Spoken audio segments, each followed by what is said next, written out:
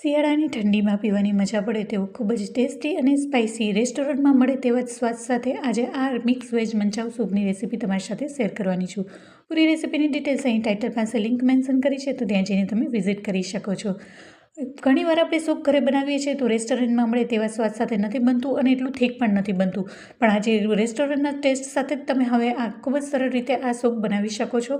તો અહીંયા સૌથી પહેલાં મેં એક કડાઈમાં 1 ચમચી જેટલું અમૂલ બટર લીધું છે. હવે બટર મેલ્ટ થઈ ગયા બાદ અહીંયા 1 ચમચી જેટલું બારીક સમારેલું લસણ અને 1 ચમચી જેટલું બારીક સમારેલું મેં આદું લીધું છે. અહીંયા જો તમને બની શકે ને તો સૂપને બટરમાં બનાવવાથી મસ્ત રેસ્ટોરન્ટમાં મળે તેવા જ સ્વાદ સાથે તમે બનાવી શકો છો, અથવા તો તમે બટર અને ઓઇલ બંને મિક્સ બનાવવું હોય તો પણ તેમાં પણ બનાવી શકો છો.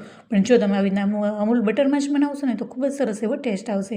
હવે લસણ અને આદું સારી રીતના સતળાઈ ગયા છે. હવે મેં 1 નંગ જેટલું ઝીણી સમારેલી મેં ડુંગળી લીધી છે અને તેની સામે 1 નંગ જેટલું મીડિયમ તીખાસવાળું મેં મરચું લીધું છે અને તેને ચમચાની મદદથી ખૂબ જ સારી રીતના મિક્સ કરી લઈશું. અને બટરમાં ડુંગળી આવી રીતના સતળાશે એટલે એને સૂપમાં ખૂબ જ એવી સરસ એવી ફ્લેવર આવશે. અને શિયાળી અને ઠંડીમાં જો તમને આવું ગરમા ગરમ સૂપ મળી જાય તો બીજું કાંઈ ન જોઈએ, એટલું ટેસ્ટી અને રેસ્ટોરન્ટના ટેસ્ટ સાથે જ આ સૂપ બનીને તૈયાર થઈ જશે. જો તમને મારી રેસીપી જરા પણ ગમી હોય ને તો વિડીયોને લાઇક કરી શેર કરી દેજો અને મારી ચેનલને સબસ્ક્રાઈબ કરી દેજો. સબસ્ક્રાઈબ કરવું તો બિલકુલ ફ્રી છે.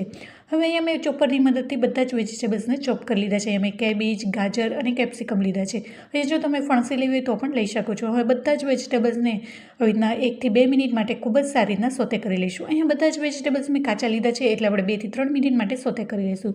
સોતે થઈ ગયા બાદ અહીંયા મેં 1 લીટર જેટલું પાણી લીધું છે. આ સૂપ છે હું 5 થી 6 વ્યક્તિ માટે બનાવી રહી છું.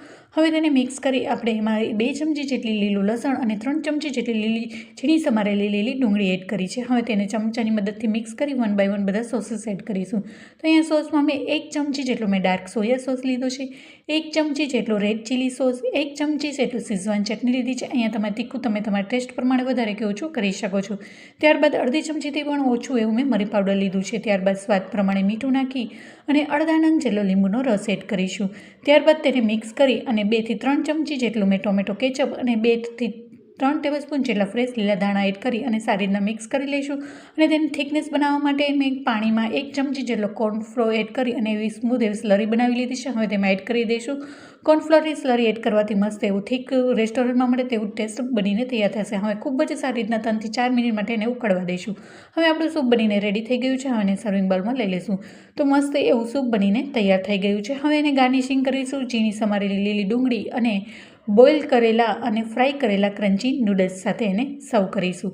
તો ખૂબ જ ટેસ્ટી એવું આ શિયાળાની ઠંડી માટે આ સૂપ બનીને તૈયાર થઈ ગયું છે. કેવી લાગી મારી રેસીપી મને જરૂરથી જણાવજો. મારી રેસીપીને લાઇક કરી દેજો, શેર કરજો અને મારી ચેનલને સબસ્ક્રાઈબ ના કરી તો પ્લીઝ